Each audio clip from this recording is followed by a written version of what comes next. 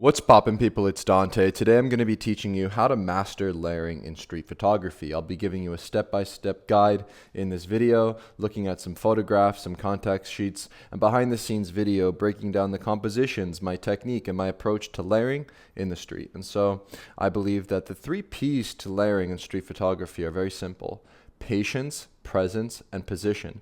And so essentially one must be patient and observant at a scene. One must be there and present when they press the shutter. And ultimately, the result of the photograph is the result of where the photographer positions their physical body in relationship to the moment and the background. And so it's very simple, actually, where layering provides depth in a photograph. It's the synthesis of the foreground, the middle ground, and the background. This is the layering trifecta. And so here in Jericho, as I observe this scene as it unfolds very rapidly and quickly, I had to respond to the chaos on my toes. A car broke down and I stepped outside. I decided to make 3 simple compositional decisions to create this layered frame. Number 1 being the car in the foreground, number 2 being the men in the middle ground, and number 3 being the clouds and the blue sky in the background. And so by combining these 3 elements, we create a layered frame: the foreground, the middle ground, and the background. These relationships were made very intuitively. And so ultimately a composition is a result of your intuition. And so one must be quick on their toes and respond to life as it unfolds. But one must be observant and patient and work a scene in order to come home with a photograph this way. And so I believe that layering is a way of seeing where one must practice it daily and observe these different patterns that exist in nature and human behavior, whether you're watching the light or the way that people move on the street. And one must trust their intuition and trust their vision, because ultimately when I'm on the street, I'm not looking at the life in front of me one-dimensionally, but I'm making relationships everywhere I am between the foreground and the background in my frames. And so the process is actually very simple. And so the step-by-step process to making a layered photograph looks a little bit like this. Essentially, you want to find the background firstly. And so here in Mexico City, I'm observing this beautiful, colorful mural of the hands and the eyes there in the frame. And so I position myself intentionally where I'm essentially standing in front of this beautiful mural. We have light and shadow play, and I'm waiting for people to enter my frame. And so essentially, you want to let people come to you. You want to allow life to unfold naturally and work the scene. And then essentially, what I did was press the shutter at that decisive moment, right? I waited for the person to come into the shadow area, into the light, and I wound up having this interesting interaction between light and shadow, between the hands in the foreground and the hand in the background. And so when you're working a scene like this, you want to shoot more than you think you need. Essentially, I spent 20 minutes here working the scene, observing the different ways that people move in and out of the light and shadow play, observing the different ways I can position myself in relationship to the background, moving my physical body, and then ultimately coming home with a layered photograph. And layered photographs don't have to be complex. They can be simple, and I believe the best layered photographs are easy to read and easy to understand for a viewer. And so here we have a photograph with lots of layers in Napoli of these men enjoying watermelon. However, the composition is impactful because of the synthesis between the foreground, middle ground, and background, and the simplicity and elegance of the frame, where we create a visual feast. And so in order for me to come home with this frame, it required presence. It required me to be there when I pressed the shutter, where this layered composition is a result of me naturally immersing myself at the scene. And so I believe that photography has nothing to do with photography, but photography has everything to do with how you engage with humanity out there in the open world on the front lines of life. And so as you can see here in this contact sheet, I'm looking and observing and present at the scene as the man is breaking open the watermelon and sharing it amongst his group of friends. My brother and I were actually here on vacation enjoying some swimming, some sunbathing, and these men were engaging in conversation with my brother and I for about 1 to 2 hours. We were here at the scene, and naturally, after that long journey of enjoying this nice summer day in Napoli, this photograph essentially came to me naturally. This moment was delivered to me through patience, through observation, and immersing myself at the scene. And so I can't stress this enough, that the way in which you engage with humanity will reflect back in the photograph. And so with openness and presence and patience, you can come home with photographs like this. And so as you can see here in this composition, it's extremely simple. We have a man on the right in the foreground, a man on the left in the middle ground. And what I did to create this layered frame, and the secret to this composition, is pretty much the way in which I use layering in most of the scenarios. I'm plugging in the background. And so I'm trying to make relationships where I connect the foreground with the background. And so the man I circled in green here in the background was my interest, actually. Of course, we have the red popping watermelon that brings your eye throughout the frame. But in order for me to add layers and depth to this picture, I needed to make sure I relate my physical body in relationship to that subject in the background in order to create depth. And so I essentially moved on my toes left to right to try to fit him within my visual puzzle. And so a lot of the times I like to think of photography as visual problem solving, where I'm solving these visual puzzles. And in order for me to solve this visual puzzle, this man was essential for me to include within the frame. And so as you can see, as I draw throughout the frame, we have some very simple elements that create this impactful photograph. Those being the gesture of the man holding the watermelon themselves, and then you get back to the background and have this visual feast where the composition is very natural. The composition is something that came through me being there and present and observing these different patterns and observing these different gestures, and then filling the frame by positioning the sea as my background, waiting for the swimmer to enter, and then pressing the shutter at that moment. And so essentially a lot of the time when I'm photographing with layers, I'm waiting for the background element to combine with my foreground. And so I set my stage here in Mumbai. As I observed this bird in flight, I had a very similar technique of plugging this man on the left-hand side in that window frame, waiting for the bird to enter my frame as I observed the patterns of people positioning themselves in the front of this fort. And so we'll look at the behind-the-scenes video of me making this photograph. And so you can force your luck here, right? I'm observant. I understand this visual puzzle that I'm solving. I have my foreground filled, my background is filled with the man in the window, and I'm waiting as the bird comes in flight. Yes. The bird. And you can probably hear me. I'm saying the bird. You know, the bird.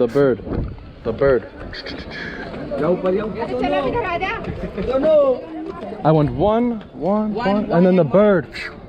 So I wanted the bird to enter my frame. I observed this pattern and I forced my luck through being there and being present. But once again, filling my background first, highlighted in yellow on the left-hand side, we have that man standing within the window frame. And so I used this window as a visual anchor point for me to then build this composition. And so by filling that part of the frame, I already have one element completed. Next, I filled the foreground with the three women as they were constantly coming up into the foreground of my frame. And then finally, observing that lucky element of the bird coming through, forcing that luck through patience, and then combining these three elements to create a layered frame. I've been doing this kind of technique over and over again all throughout the world, right? The layering technique is something that you can carry throughout with you everywhere you go, where, you know, you look at these photos that have layers and there's these moments that seem very lucky and spontaneous. But to me, this is the beauty of street photography, and the beauty of layering all comes down to working the scene and being there and pressing the shutter more than you think you should, and spending time at a scene and watching it unfold naturally. And so as I climbed the mountain here in Mexico City, I was greeted by a beautiful scene of a storm cloud rolling across the mountain. We have a statue of Jesus with his arms outstretched in the background, and then finally the man mimicking the gesture in the foreground of Jesus with his arms outstretched. And so you can see in this behind the scenes video, very similar to me speaking out loud about the bird and how I'm looking for the bird, I discuss openly, and so listen to me as I discuss with my friend Matthew about how I can make a relationship between Jesus in the background and the men in the foreground. And so this is something that I have in the back of my head when I observe a scene. I understand the relationships that I can make between the background and the foreground, whether I'm observing a beautiful mural, whether I'm observing a swimmer in the sea, whether I'm observing a bird in flight or a man in a window, or here in Mexico, we have Jesus on the wall there. I'll go up. I'm going. Dude, it's sketchy. Whoa! Dude, Matthew, you gotta come up here. If you get the guy in the right spot, you can get Jesus in the guys. México, así te puro Cruz Azul. Aquí, fíjate, ve. México, México, México. Mira, México, Cruz Azul. México, Cruz Azul. ¡Ey! ¡Puro Cruz Azul! ¡Puro Cruz Azul! ¡Puro Cruz Azul! ¡Ya! Sorry. México, México, puro Cruz Azul.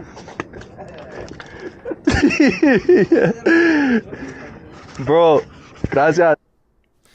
And so the result of the photograph is that instinct, that fraction of a second to press the shutter at the moment his arms are outstretched.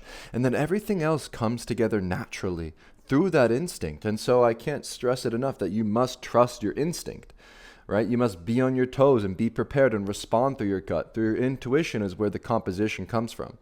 However, I'm playing that visual game and solving this visual puzzle through recognizing the ways in which I can relate that element in the background to the foreground. And so there's this combination of following your gut, but having the visual understanding and understanding of how you can position yourself in relationship to these different elements. And so as I drew across this frame, you can see the different elements that combined here, right? We have the cloud in the background on the far right corner with the mountain and the storm cloud coming in.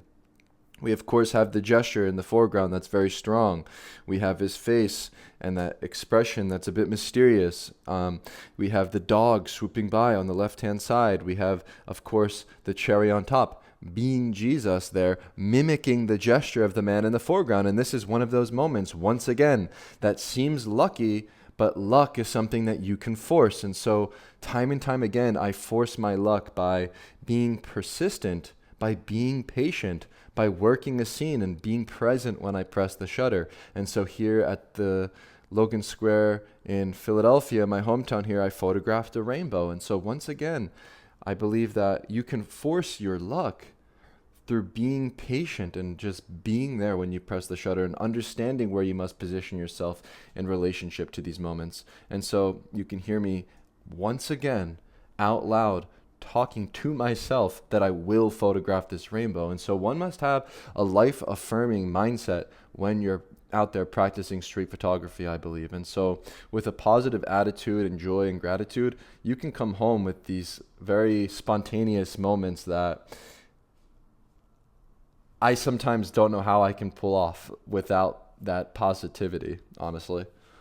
I'm gonna photograph the rainbow. I'm gonna photograph the rainbow. I'm speaking it into existence. Somebody's gonna leap in front of it in a glorious position, and I'm going to photograph it right now. I'm gonna be patient and I'm gonna wait here because I believe that I'm going to capture this image with all of my heart. I'm going to sit inside of this water until it happens.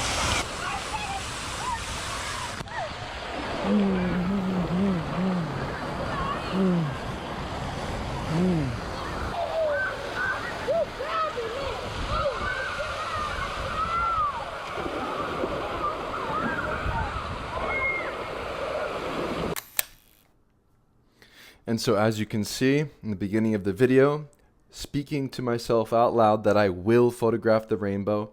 And this came through lots of time spent, lots of time working the scene. I was here for nearly 2 to 3 hours, looping around the fountain, observing the children playing, observing the families, observing the ways I can make photographs at this scene. And then ultimately noticed the way in which I could photograph this rainbow by positioning myself close, by going forward with courage into the fountain as close as possible, and then positioning myself at this very particular angle to reveal that rainbow. You know, it's very similar to the way that I worked in Mexico on the top of the mountain, positioning myself in relationship to the sculpture of Jesus, or in Mumbai, positioning myself in relationship to that open window frame where the bird came into flight.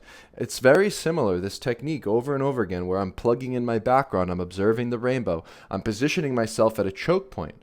I'm finding myself at a place where I know that there's a repeated gesture. I'm observing patterns in human behavior. I'm observing the light and the way that that casts upon the surface here, creating the rainbow effect.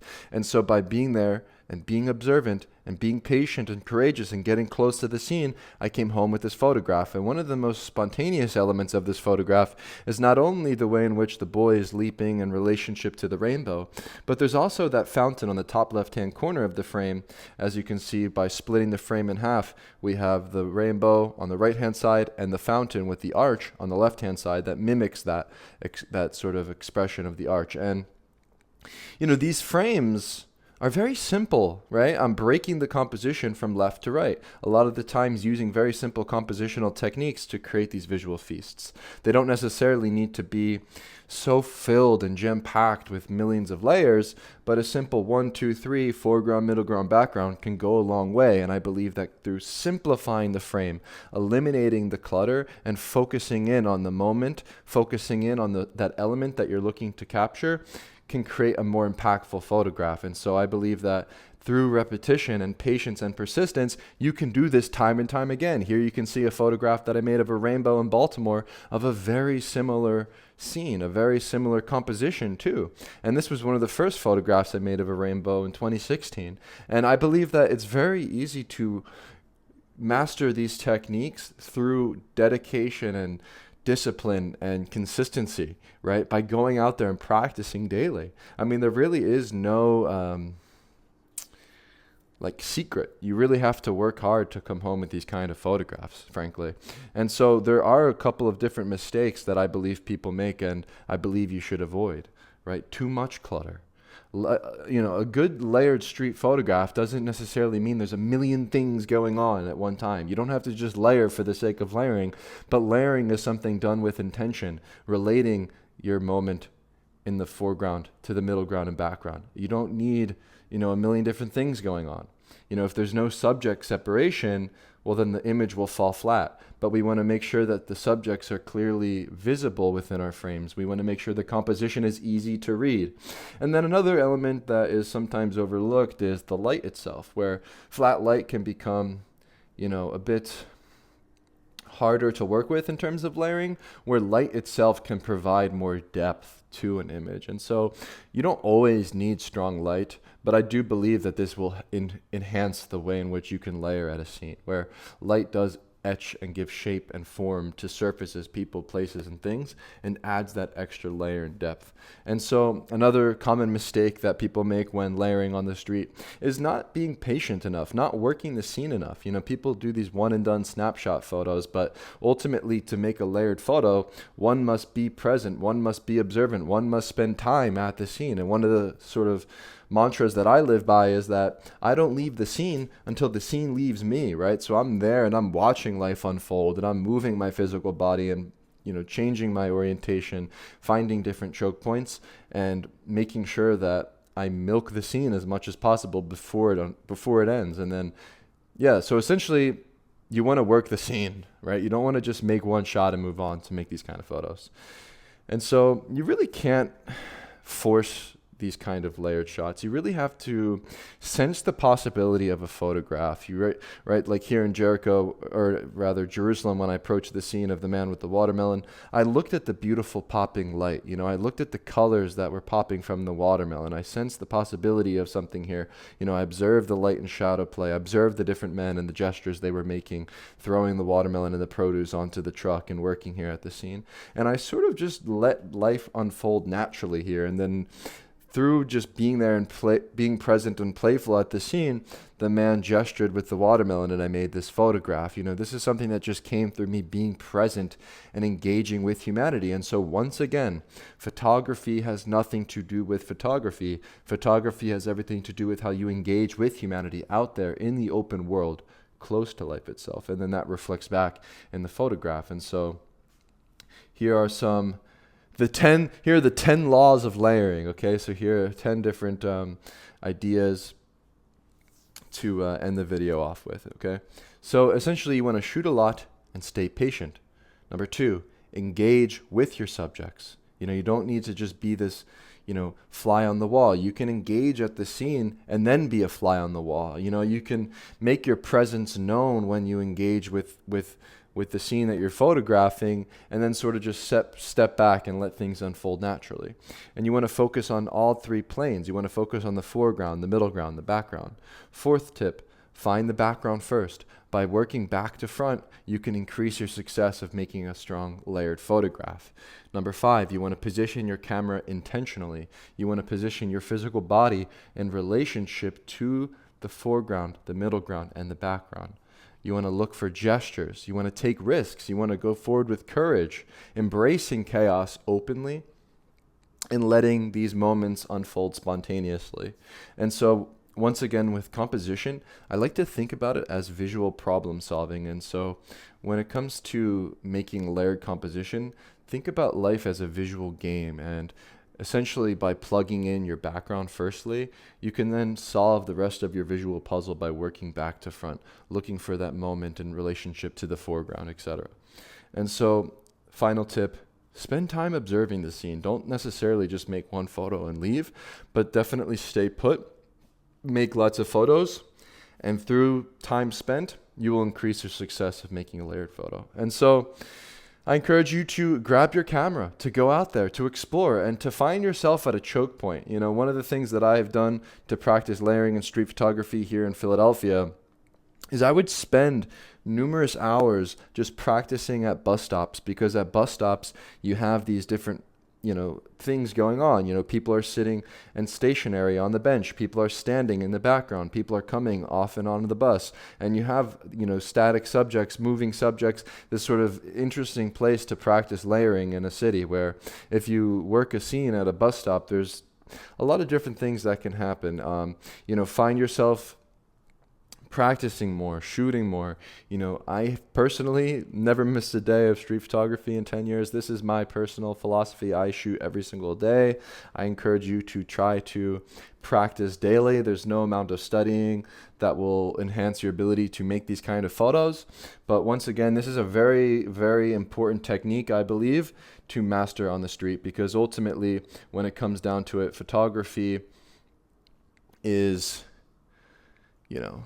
it's this physical pleasure of walking, of observing, of exploring the open world, but it's also a visual game of you putting together the foreground, the middle ground, and the background. And so I believe that layering is just a fundamental technique to creating a strong photograph, simply. It's not this complex thing. You don't have to put together a million different elements in a frame to make a layered photo, but a lot of the best layered photos are the most simple photos, the most easy to read. And so hopefully you've come home with some more ideas about how you can apply this technique. And so thank you for watching today's video. I will see you in the next one. Peace.